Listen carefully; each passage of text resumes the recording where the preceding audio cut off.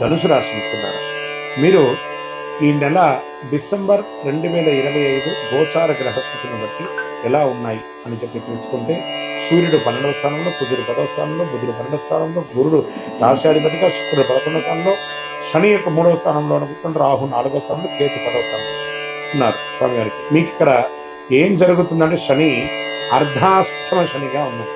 మీకు నాలుక మీద కూర్చున్నారు శని భగవానుడు అర్ధాష్టమంలో. కాస్త జాగ్రత్తగా ఉండాలి. ఇతరులతో మాట్లాడేటప్పుడు జాగ్రత్త. మీ పనిలో కాస్త ఆలస్యం అయ్యే అవకాశాలు ఉన్నాయి.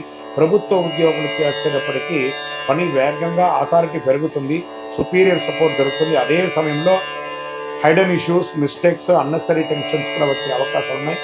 జాగ్రత్త. కొన్ని కోవర్కర్స్తో మిస్అండర్స్టాండింగ్ కూడా వచ్చే అవకాశాలు బాగా ఉన్నాయి. మీ మాట పట్టింపు వల్ల జాగ్రత్త జాగ్రత్త జాగ్రత్త. 11వ స్థానంలో క్యాష్ ఫ్లో ఉంటుంది. వ్యాపారులకి కొత్త ఆపర్చునిటీస్ వస్తుంది. డిజిటల్ ఆన్లైన్ బిజినెస్కి మంచి సమయం. మంత్ ఎండ్ కలెక్షన్స్ బాగా ఉంటుంది. అదే సమయంలో పర్మిషన్స్, షాపు, ల్యాండ్ విషయంలో జాగ్రత్త. డిసిషన్ తడబడతాయి. మొదటి పక్షంలో సేల్స్ కాస్త స్లోగా ఉంటుంది. ఆర్థికంగా తీసుకుంటే మంచి ఇన్ఫ్లో ఉంటుంది. గత బాకీలని కూడా తిరిగి వస్తుంది. అదనపు ఇన్కమ్, ప్రాపర్టీ రెంట్ లాంటిది పెరిగే అవకాశాలు ఉంటుంది. ఖర్చులు హెల్త్, ట్రావెల్ పరంగా ఎక్కువ ఉంటుంది. లగ్జరీపై కూడా ఖర్చు పెట్టే అవకాశాలు ఉన్నాయి. జాగ్రత్త పడండి. ఇంకా రియల్ ఎస్టేట్ విషయంలో మిశ్రమంగా ఉందని కూడా చెప్పచ్చు. అమ్మకాలు, క్రయవిక్రయాలు ఉండకపోవచ్చు. రెంట్ అవకాశాలు ఉన్నాయి. ప్రాపర్టీ వాల్యూస్ పెరిగే అవకాశాలు ఉన్నాయి. డాక్యుమెంటేషన్లో ఉన్న మిస్టేక్స్ అన్ని కూడా కరెక్ట్ చేసుకోండి. కాన్సన్ట్రేషన్ చేయండి దాని మీద బాగా. రిపేర్, ఇంటి మీద రిపేర్, మరమ్మతులు చేసే అవకాశాలు బాగున్నాయి. ఇంకా స్వయం ఉపాధి వారికి మంచి ఇన్కమ్ వచ్చే అవకాశాలు బాగా కనబడుతున్నాయి. షాపు, సర్వీస్ రిలేటెడ్ వర్క్స్ బాగుంటుందని కూడా చెప్పచ్చు.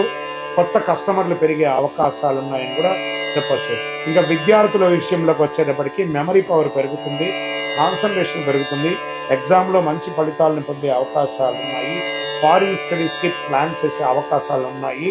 ఫస్ట్ వీక్ కాస్త డిస్ట్రాక్షన్స్గా ఉంటుంది. ఆన్లైన్ కొంచెం తగ్గించుకోండి, అడిక్షన్ అనేది తగ్గించుకోండి పిల్లలు. విదేశీయంగా డాక్యుమెంట్స్ బాగా మూవ్ అవుతాయి. అబ్రాడ్ జాబ్ ఛాన్స్ ఎక్కువ ఉంటుంది. మంత్ ఎండ్లో క్లారిటీ కూడా వచ్చే అవకాశాలు ఉన్నాయి. ఫస్ట్ 10 days బాగా డిలే ఉంటుంది.